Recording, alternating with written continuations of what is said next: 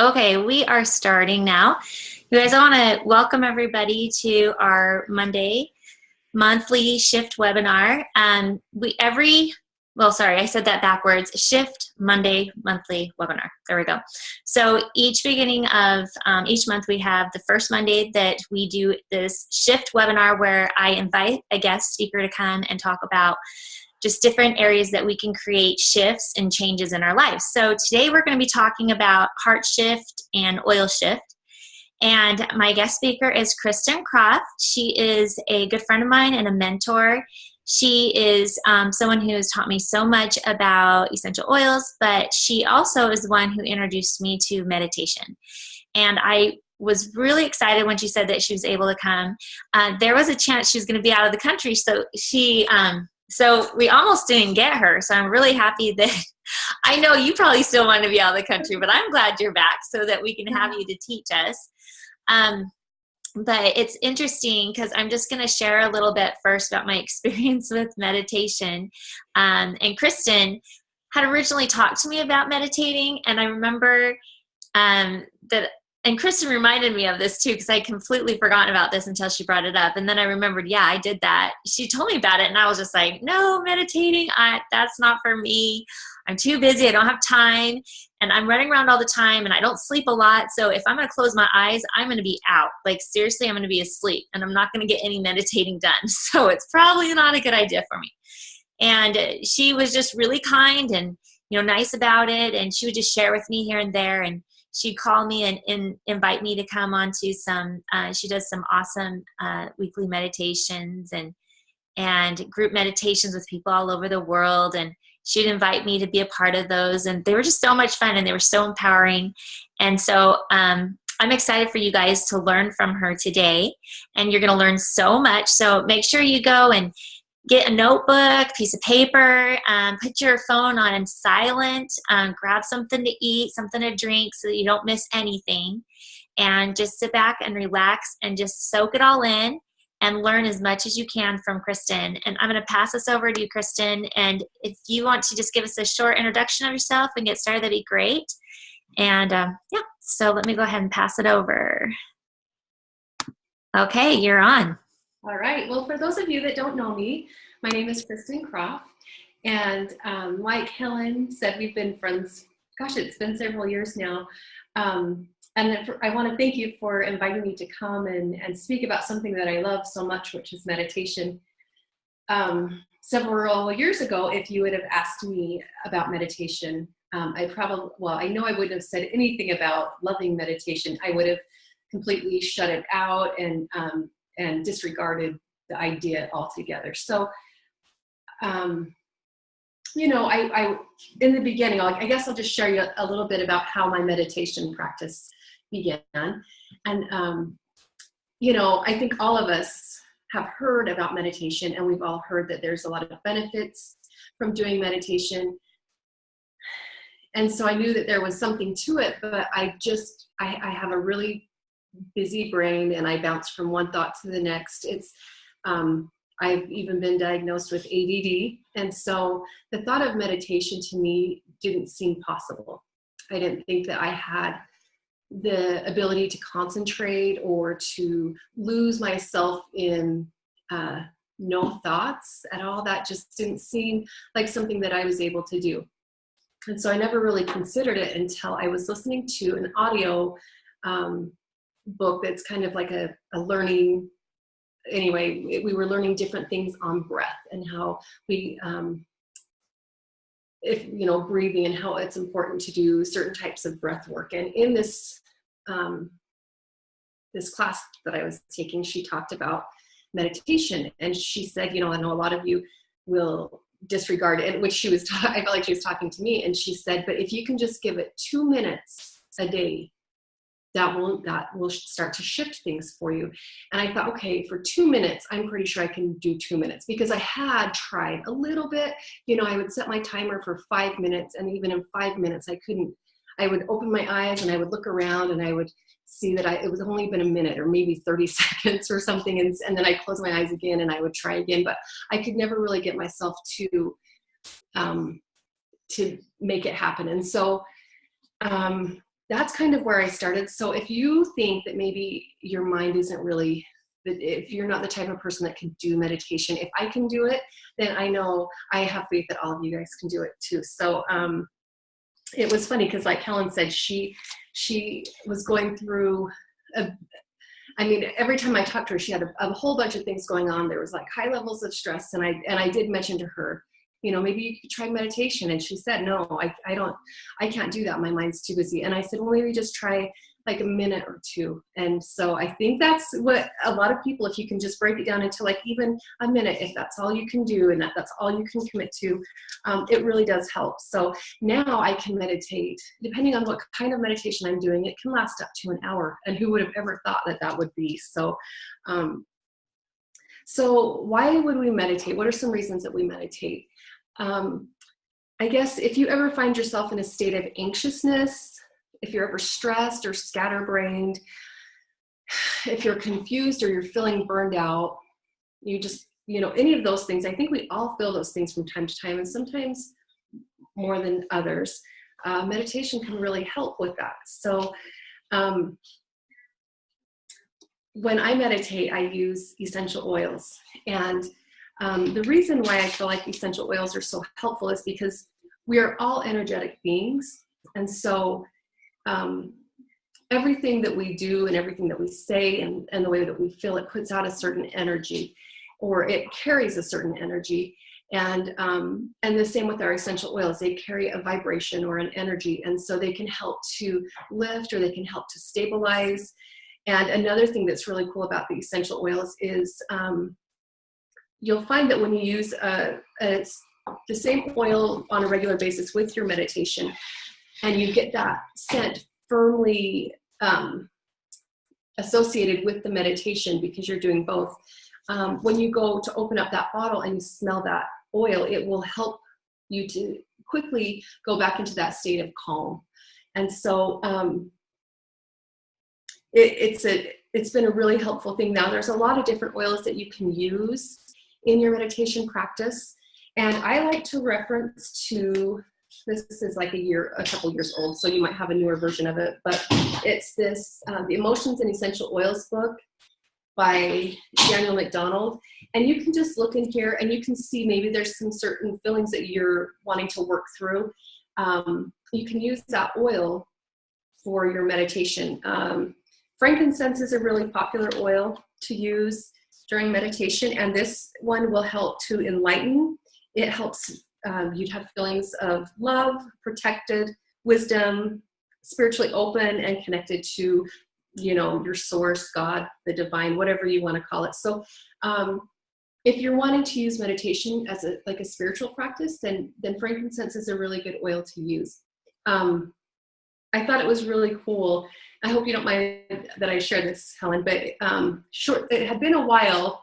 I don't know how many times she had joined our group meditation, a few times.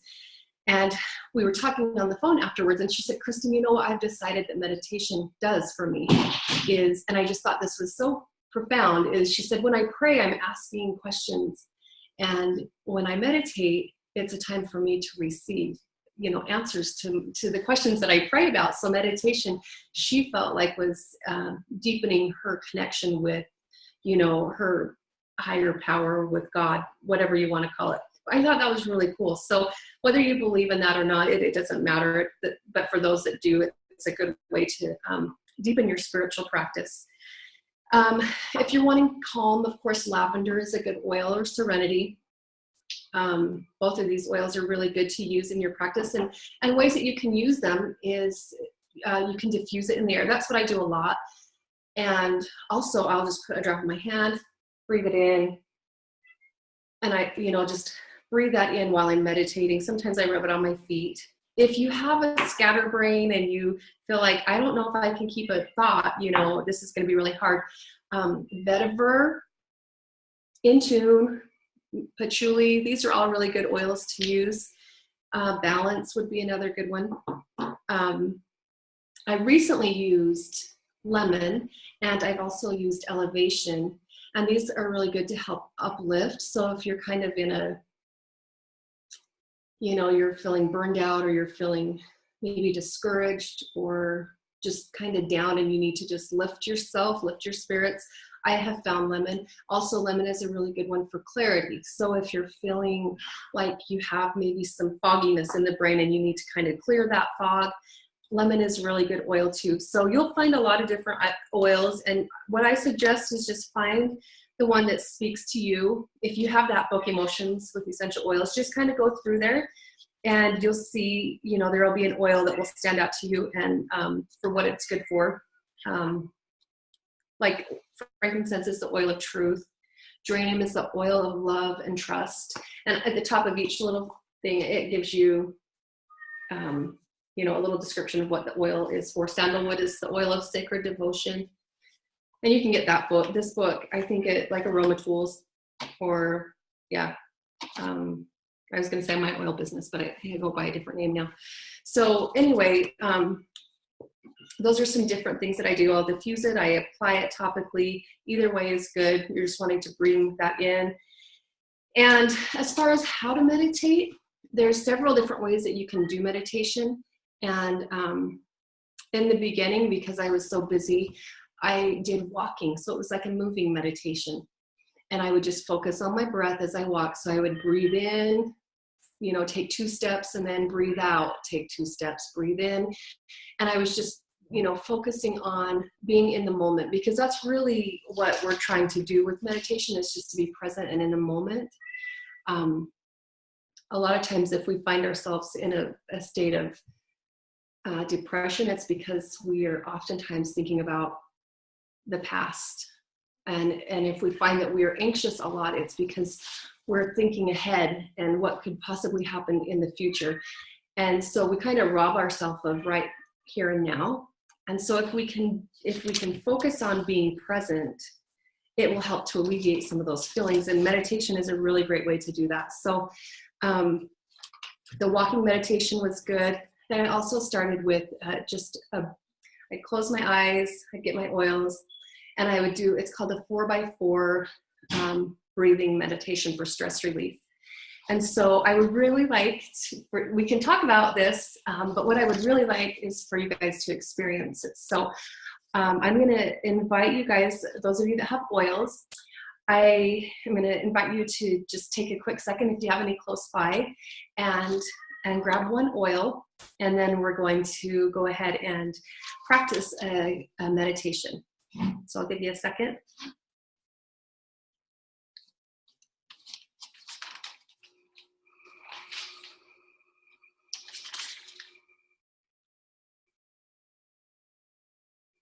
So when I meditate, I also kind of set the mood for my meditation. So I usually will always do it after my kids have gone to school, so that I'm not going to be interrupted. Some people will do it before their family gets up in the morning.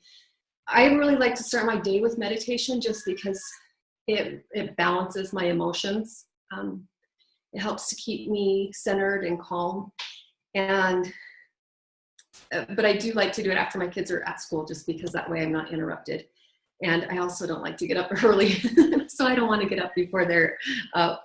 But I have a certain place in my house that I meditate, and it's in my living room, and I open up my windows so the sun is shining in, and I get in a seated position. I cross my legs. It's good to, be sitting upright with good posture, just opening up that airways. And I think it's important that we set a time, and so we can let life get, run away with us, and then we don't make the time for meditation. And so if you can just dedicate, like just start out with, a couple of minutes, if that doesn't seem overwhelming, and just dedicate a certain time every single day that you can do that. You can even do it, really, you can do it a lot throughout the day. If there's a time that you feel like you might be stressed, or something's going to happen, you're going to have to make a certain phone call, or you're going to have to teach a class or something like that. If you can take a couple minutes before you do that and just give yourself a couple of minutes to meditate, it really helps to center and ground you. So those are a couple of things that I suggest as far as starting your meditation practice. So it looks like, does everybody have their oils? Okay. So I'm going to have you just go ahead and put a drop of oil in your hand. And just take a couple of really good, deep cleansing breaths. And then I'll explain to you really quickly kind of what we're going to be doing here. So it's called the 4x4 breathing stress relief meditation. And what we're going to do is we're going to breathe in for 4 seconds, and then we're going to hold that breath for 4 seconds. Then we're going to exhale for 4 breaths or for 4 seconds, and then we're going to hold again. So we're going to breathe in, we're going to hold that breath, breathe out, and then we're going to hold that breath. Then we'll breathe in and hold the breath out and hold the breath. So I would say the trickiest part in this is once you get to the exhale and then you pause, you're holding that breath. That can kind of, for the nervous system, it can kind of trigger like a little bit of stress, but it's a perfect time to practice staying calm in the moment, even though your body's telling you you should be stressed. So it's a good way to practice. And I recently learned that they actually use this technique for the Navy SEALs, so that they, while they're doing their work, that they can remain calm, whether they're, well, no matter what it is that they're doing. So I thought that was really cool that they're using meditation or these breathing practices in the military as well. So, okay, so I'm going to just invite you to go ahead and get comfortable and in an upright, so that your spine is upright, comfortable position. Close your eyes. And then I'll go ahead and count this out with you. You're going to inhale, 1, 2, 3, 4, hold, 2, 3, 4, exhale, 2, 3, 4, hold, 2, 3, 4. Again, inhale, 2, 3, 4, hold, 2, 3, 4. Exhale, 2, 3, 4. Hold, 2, 3, 4. Again, inhale, 2, 3, 4. Hold, 2, 3, 4. Exhale, 2, 3, 4. Hold, 2, 3, 4. Now we're going to go ahead and try to add just a little bit of time to those, to each quadrant. So just breathe in that oil as we go, as you do the inhale, and we're going to go ahead and do for 6 counts this time. So go ahead and just get a couple good breaths, and we'll start over. So go ahead and breathe in, 2, 3, 4, 5, 6. Hold, 2, 3, 4, 5, 6. Exhale, 2, 3, 4, 5, 6. Hold, 2, 3, 4, 5, 6. Inhale, 2, 3, 5, 6. Pause, 2, 3, 4, 5, 6. Exhale, 2, 3, 4, 5, 6. Pause, 2, 3, 4, 5, 6. One last time. Inhale, 2, 3, 4, 5, 6. Pause, 2, 3, 4, 5, 6. Exhale, 2, 3, 4, 5, 6. Pause, 2, 3, 4, 5, 6. Okay, now just let your, just release and take a couple more breaths. And I want you to just take note of how you're feeling right now and just really let that sink in. And the more you practice meditation, the easier it is to really drop into that state of being and that state of peace. And so just be aware of how, just kind of how you're feeling after after you do this. And as we continue, even just starting out with a little bit, it will just, all those little 2-minute meditations will add up and really starts to shift the mindset. And it's really magical, the things that can happen. So that's one way that you can do it. I find that when we focus on breath, it's a lot easier than if we just sit and wait for the time to pass. I find that for me, my mind just starts thinking about how much time I'm wasting, and I could be doing this or I could be doing that. But if I have something to focus on, then I find that my meditation practice goes a lot smoother. So that's one type, and that's a meditation that I do quite often. There's another one, and I actually discovered the name of it. It's called Metta Meditation, which means it's loving and kindness meditation. So this is the one that Helen and I have several people in the group that we do this meditation weekly, and it's sending out unconditional love to others. And so for me, that one, I love that one, and it's a different feeling when I do this meditation versus the breath, the 4x4 breath meditation. But it's really cool. So with this one, we just we set a time, and we all come together at the same time, each in our own homes, but we all focus on a particular, well, if there's somebody that we're thinking about, or somebody that we feel could use some extra love, then we just share their name and in the circle of meditation, and we all just focus on sending love and love and light to this person, or even if there's something going on in the world that needs some love, then we do it as well. And it's really cool to see how that really takes shape, and how the people that are we're all meditating together, but we will have discussion after the meditation, and how there's so many synchronicities in what we experienced as far as the feelings that came up. So really just what I do is I close my eyes, I start with the breath work, I get myself grounded, and the way that I do that is through just breath. And so I breathe in and out really good, and as I breathe back in, I visualize through my spine and down through my tailbone, just like a rod coming down. And the way I visualize it is it comes down into the center of the earth, and it just wraps around the core of the earth. And as I breathe back in, it comes, all that energy from the earth just comes up, and then it comes up through the top and into the divine. And then when I breathe back in, it's from the divine back down into the center of the earth.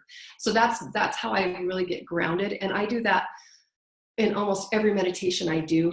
So my focus on breath, instead of numbers, I'm focusing on grounding to the center of the earth, and then up into the divine, and then back down. So that's just me, and everybody, you'll find what works best for you, but that's what I do for me. And so I make sure that I feel grounded, and then after that, then we just send out this unconditional love to the people, and it's called Metta Meditation. And so that one is a really good one as well. So, and if anybody wants to join our group, you're welcome to join our meditation group.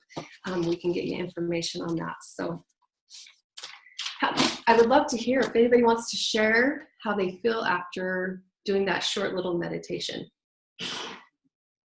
Yes, if anybody wants to say anything, just unmute yourself. Is there anybody who'd like to say anything? I felt like it helped me relax. Oh, go ahead, Sylvia. I just said I think it helped me relax. Yeah, it is a really relaxing practice, and we just did it for a really short time, just for the sake of this being a class. But if you can focus on doing that for 2 to 5 minutes, and then just build that up, and you can do it, gosh, anytime, anywhere, even really, I mean, just keeping your eyes open. If you're at a stoplight, you can do the 4x4 breath stress relief meditation. Then you can do it while you're, anytime really. It's just breath work, but it's being aware of just being in the moment, and by focusing on the breath, it helps our mind to not be scattered to thinking about all these other things, that whatever it is that stresses us or makes us anxious or sad or whatever. it just brings us back to like right here and now. So yeah, it's like a little massage for our brain. We get to relax. Can you count to 4 twice and then 6 twice? You know, you can build up for the number as far as you want. And so I just keep it the same. So if I do, you know, a count of 4 for the in breath, then I do a count of 4 for the pause, and then, but you can build up as much as you'd like. So, and there's different breath work meditations. That's just one of them. There's another one where you like hold the one side of your nose, you breathe in, and then you hold the other side of your nose and breathe out. You know, I mean, there's like a whole bunch of different ones. You can find all different kinds, but I think that one's the simplest and it's really effective. So Thank you. you could do it laying in bed before you go to sleep. If for those of you that have a hard time sleeping, just put some Serenity on, breathe it in, or, you know, and then just start doing your breath work meditation. And it's really helpful to help people that struggle to get to sleep. So Try that. does anybody have any questions? I would love to hear, I think Sharon's saying I've done that and it helps me to sleep. Very good. I know that Helen has done a lot of research on the science behind meditation, and I am excited for her to share that with us. Do you want to do that? Yeah. In fact, is there anybody else who wanted to comment before we move on to the science side? I agree with Sylvia. It's very relaxing. And I mean, I like what you said. You're in the moment. It's not about the past. It's not about the future. It's about now. Yeah. And I'd never thought of that before either, that when you're anxious, it's because you're thinking too much about the future. Mm-hmm. And when you're depressed, it's because you're probably mourning the past or something that happened, or, you know, so I'd never thought of it that way before. It was a really good distinction. Okay, so if anybody else has anything, just throw it in the chat or unmute. But I'll move on to some science. So I'm kind of an interesting mix of a person. I have a really strong faith, and I can go on without having proof, and I can believe in something. But when I have this logical side to me too, that when I do have some kind of proof that's like scientific or something like that, it just really hammers it home for me, and it just nails it right on the head, and I just love that. So it just empowers it more for me. So when I started doing the meditations, and I wanted to know, okay, I believe that meditation works because I've done this and I've practiced it with what Kristen had taught me, but I wanted to kind of understand more, well, why is it working the way it's working? Because this is really interesting. So I started doing some research, and I ran across one individual, and actually 2 individuals and 1 institute. So Greg Braden and Bruce Lipton, they're both scientists, and Greg Braden is a spiritualist scientist and a biologist. And Bruce Lipton is, he's not necessarily a spiritualist. He's actually a stem cell researcher. He does stem cell research, but he also does a lot on the power of the mind and the subconscious mind. And I was really just intrigued with that. And then also these 2 men also work with an institute called the Institute of Heart Math. So the things that I had learned from them, and I loved Greg Braden because he also does ancient studies of ancient civilizations and religions and practices and stuff too, which I thought was really fascinating. And then especially with his combination of science, he is an individual who believes in God, but he's also a scientist. So he said he's always kind of in a very interesting mix, because he's like, usually if you're a scientist, you don't really believe in the spiritual side or God sort of thing. That's what he had been around in, just, you know, with the education and the corporate area with science and stuff. So he decided to venture out on his own, and he learned, and he started doing experiments and stuff. And I'm going to share with you some of the stuff that I had learned from him. So we have a question here too before I get on. We'll just, oh,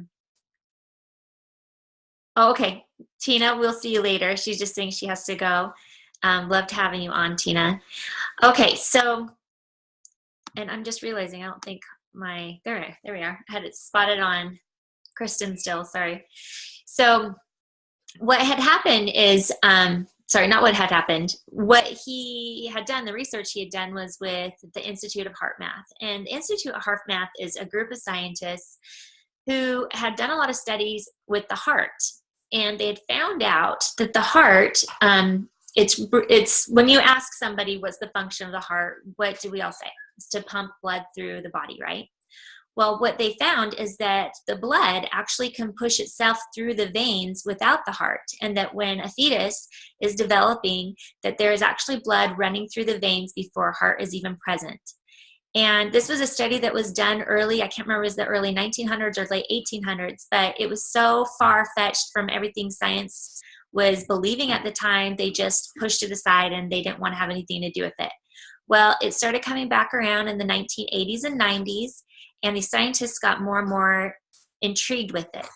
And so they decided to start studying the heart, and that's when the Institute of Heart Math was discovered or created. And with the studies, what they did is they brought in the best technology and everything, and they said, okay, we want to know what is the purpose of the heart. If the blood can push itself through without the heart, then why do we have a heart? And the studies they had found is they started finding, they found that there are more neural pathways from the heart to the brain than the brain to the heart. Then they also found that there were even, and I'm trying to remember the exact word, but the same type of things that you find in the brain were also in the heart. So the heart had a memory, and they started calling it the little brain. And this really fascinated them. And they started doing all of these studies and just discovering more and more about how much the heart actually plays a role in our health and all the things that it does. They also found that the heart is the center, and they have these machines where they can actually see the frequencies, the vibrational frequencies that come from the heart out and around us, and that each of our bodies have a energy field around it just like the earth does. And that it all comes from the heart and it extends out, and they don't know exactly how far it goes because they don't have any instruments to measure how far it goes. So anyway, what they found that changes the vibrational frequencies that come from the heart, or you can think of it like a radio wave, is the type of feeling that you're experiencing. So when you have a thought and an emotion, so the thought actually comes from the mind, right? And an emotions actually stem from the gut area, which makes sense because when you're stressed and stuff, you get a lot of digestive issues, right? So when you have a thought and an emotion that come together and become one, it creates a feeling. In the Western society, we believe that emotion and feeling are the same, but in all other societies, emotion is different than feeling, and feeling is the combination of emotion and experience or thought. That will come out to a love emotion or a love feeling or a hate or fear feeling, okay? And when you have a fear feeling coming from your heart, it puts out a different radio wave or vibrational frequency, or different. It puts out energy, but it also pulls it acts as a magnet too, so it can draw to you. So if you ever have a bad day and it just gets worse and worse and worse and worse, that's because you're putting out a radio wave from yourself, from your being, from your heart, that is pulling more of a bad day too. It starts matching with all of the other, it's like a magnet, starts matching with all of the other frequencies, vibrational frequencies coming from people. That's why if you have one person in a room and they're angry, or maybe in your family someone gets really mad and all of a sudden everybody in the family is in a bad mood, it's because they're putting that out and then they're starting to draw that out of people. So with what they found with the heart too, is that when this starts happening, the heart is actually what tells the brain what chemicals to release into the body. So if you have a love feeling, then it's going to tell the brain to release like dopamines. If you have a stress or fear feeling, it's going to tell the brain to release adrenaline. Now, this is where Bruce Lipton's studies of stem cell research come into play. He took some stem cells back in the he was one of the very first people to do studies on stem cells, even as early as the 70s. And everybody thought he was crazy, and now they're all doing the same research. It's really interesting. But he took these stem cells and he cloned them over and over and over. And he had, so this, this bunch of stem cells that were the same. They're all cloned from each other, so exactly identical. And he took three or four petri dishes, and they all had environments that supported different things. So one supported bone tissue, one supported muscle tissue, one supported fat cells. And he took the stem cells and he put them in each of these petri dishes, and he left them there. And what happened is that those stem cells changed and developed into what their environment was. And he said right then he realized that our bodies are all made up of cells, and that our cells will change according to their environment. So what environment are we putting our cells in our body in? And feelings, the feelings that you feel in your heart, have a direct effect on the health of your body and how it is. And so you hear laughter is the best medicine. It actually, there's truth to that, because your heart is telling your brain what chemicals to release into the blood, and that goes around the cells, and then the cells change according to what chemicals are in the body. So it's really fascinating, the stuff that they found. They've even found that it even affects genetics and DNA, which is crazy because you think that that's like a solid thing. They're saying, no, it's a blueprint, and that even can be altered and changed too, and over time. But the reason why I explain all that is to help you to understand this. You have complete power and control of your heart. And the main way to do that is through meditation. So when you're meditating, what you want to do is you want to bring attention to the heart. And one good way to do that is by touching your heart, because your brain, make sure you're not touching anything else in your legs and everything's out straight. Touch a part of your body. What happens is that brings attention. The brain says, okay, it's the heart's turn. I need to pay attention to the heart. Okay? And the heart, and you can even bend your head down like this too. You touch, and they even have studies where they have machines that are hooked up everywhere when they do this, and they find that the brain actually starts to shut down or slow down, and it puts all this attention to the heart, and the heart takes control, takes command. And as you breathe in and you do a 4x4 breath, or a 6x6 breath, like Kristen was talking about earlier, I like to do, I do a breath in for 5 seconds and a breath out. I'll breathe in.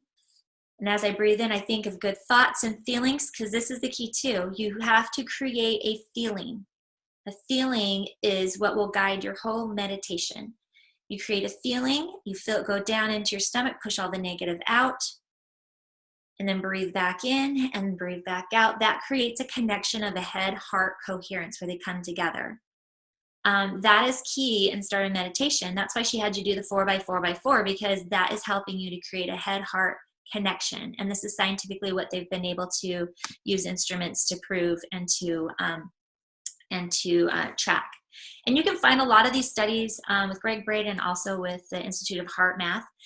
The next thing that you do is that you're supposed to visualize. Now, I went to a meditation retreat in New Mexico last November with Greg Braden. It was amazing.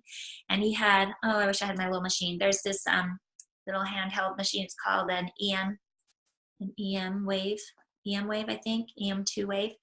And it's a monitor that you can hook up, and it helps to track your breathing and stuff. And it helps you to know when you're coherent, when your head and your heart are coherent, because that's when you start to put out the right feelings and you can draw the, good things towards you.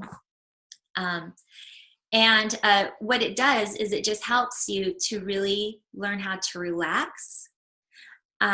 And he actually had me come up, and he had me on stage doing the example for everybody there. And so it was really interesting because I was like, oh crap, I hope I do this right. But he had this monitor on, and they could monitor everything. And he's like, are you a little nervous? And I wasn't, until I realized I could screw this up. I hope I do this right. And then I got nervous because I want to make sure I did it right. But as he was doing this meditation with me, and they were monitoring and tracking it on this, that tracks your heart rate and your brain waves and all this kind of stuff, it's really cool.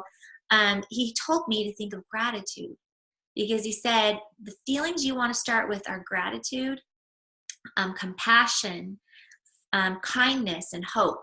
And he said not necessarily love, because he said unfortunately sometimes people's definition of love has been warped by the way they were treated in their family, or by people who should have loved them. They might have been abusive, and so their idea of love might not be a love feeling. It could have been abusive, but everybody has the same definition of compassion, hope, kindness, like that sort of thing.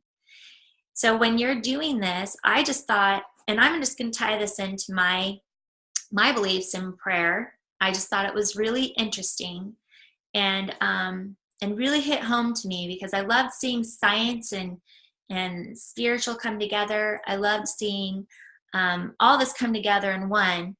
But as I watched this and I saw, he went back and he showed me like how my readings were going. And he's like, what happened here? I was doing gratitude and I was thinking of my husband and how grateful I was for him. And it's not thinking, it's feeling. You feel the gratitude. As soon as you start thinking, your head gets into it, you lose coherence. You feel the gratitude, and it leads you. And then all of a sudden it dipped. And he's like, what happened there? And I said, I actually started thinking about who else can I be grateful for?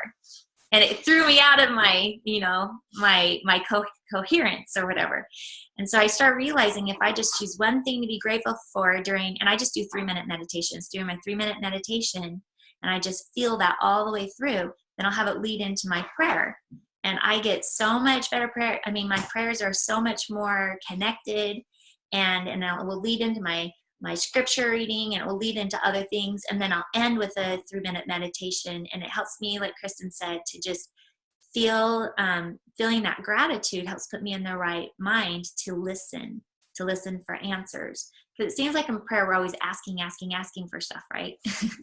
So this is a great way to have gratitude. I'll wrap it up with this, with what I was saying and tying it in with my own personal beliefs, spiritual. I thought it was really cool because for those of you who are religious and you believe in God, and you believe in scripture and stuff like that, a lot of scripture, like in the Bible, it talks about praying always have a prayer in your heart, right? I just thought it was so cool that when I'm meditating and I'm putting my heart here and bringing attention, what does this also remind you of? It also is the same actions that we see in prayer, or even crossing. When you cross like this, the crossing of your arms is actually interchanges your right and left brain. Because when you're doing like this, your left brain is in control. When you go like this, the right brain takes control.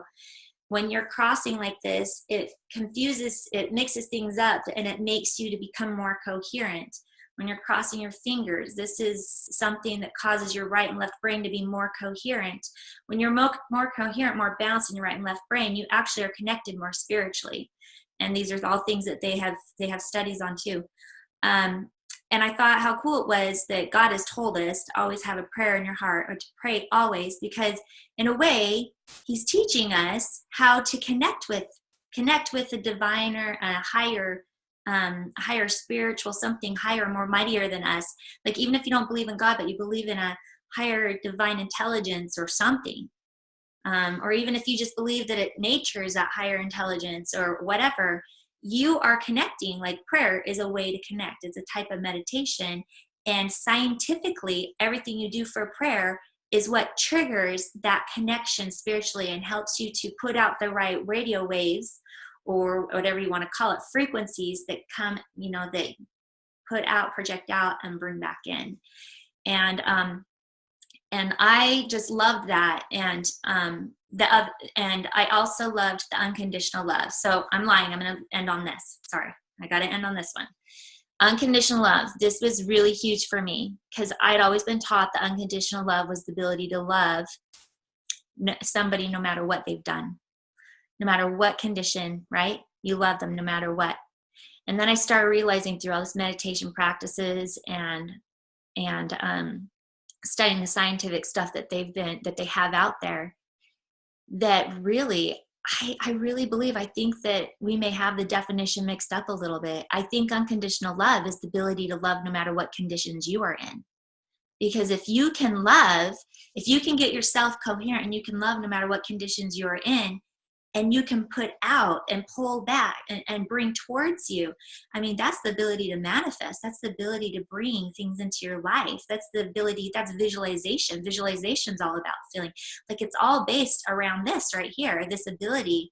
And if you can have unconditional love and love no matter what's happening around you or to you, then you have the ability to create anything in your life. It's like this amazing God-given ability or power that he's given us. But in order to do it, we have to connect, and we have to learn how to connect with that spiritual gift, that spiritualness inside of us. And so anyways, I probably shared a little bit more than I needed to, but sometimes I think explaining a lot of that scientific stuff with the cells and everything, and it just shows how much we have control in our life, that what we can do. And I've just noticed how much so much stems from this ability to meditate and to be present and to create that love feeling and emotion that we can send out those right frequencies. So anyways, I'm going to turn this, Kristen, is there anything else that you'd like to say? Well, that was all really beautiful, Helen. So, but on a really quick practical note, I just wanted to share with you an app that you can pick up for free, and it has oodles of different guided meditations. So guided meditation is one that I didn't mention, but that's also a really, really nice way to get started with meditation, is listening to somebody guide you through meditation. So, and I do that from time to time as well. So they have all kinds, from waking up and being refreshed to it's time to go to sleep and get a really restful sleep. And this free app is called Insight Timer, and you can get it, at the App Store. It's free. They have a whole bunch of different ones. It's cool because you can interact as much as you want, but they have people from all over the world. And so you'll plug into a meditation and it will tell you who, after you're done, you can either log it if you'd like, or you don't have to if you don't want, but different people, it shows who shared that space and time with you in that exact same meditation. So it's kind of fun, and it's just a nice, I challenge each of you to spend at least 2 minutes a day, maybe twice a day, doing meditation. And if you want to venture out and try some other things, take a look at that app and choose maybe a guided meditation to do. Just carve out the time and make it happen, and just see the changes that take place in your life. And thank you so much, Helen, for having me tonight. Thank you, Kristen. Yeah, and I also want to just challenge too, same thing. Like, I thought that it was going to be too much to take out. You know what I mean? I thought it was going to be, I was too busy for it. But when I started doing it, I started finding that my world, I guess, just started opening up to where I had more time. It just helped me to be more connected, and I wasn't as frantic, and I got more done. So it's definitely, I guess it's one of those sharpening the saw things, It makes a huge difference. So, Kristen, thank you so much. And if anybody would like to be a part of, is there anybody who'd like to be a part of Kristen's meditation that she does? She does it once a week. If so, put in the chat menu that you're interested.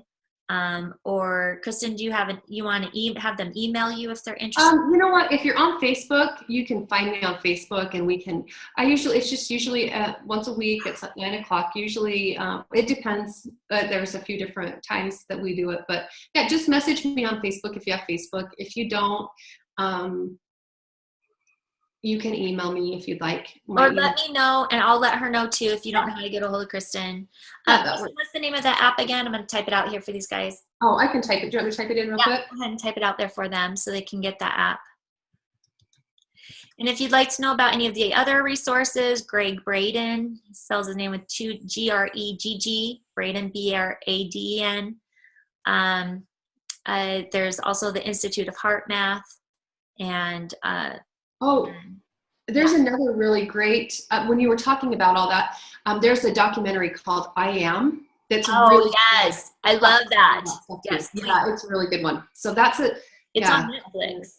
So yeah, it's good. It's a really good one. After hearing this little thing here, when you go and watch I Am, you're going to just be like, oh my gosh, that is amazing. There's another book too called The Power, and it's by the same people who did The Secret years ago. So that's another really good one too. But you guys will be blown away when you start realizing how much feelings, positive love feelings, really control your world. Like you can control the world around you. And meditation is the key to that. So, okay, well, thank you for joining us, everyone. And we've got some comments here. Thank you. She says, Sharon says, thank you both. This is great. I was trying to shift when you talked about, and I was too tired, but it really helps when I do it. It's so true. And thank you so much. And then the insight timer you have down here too. Awesome.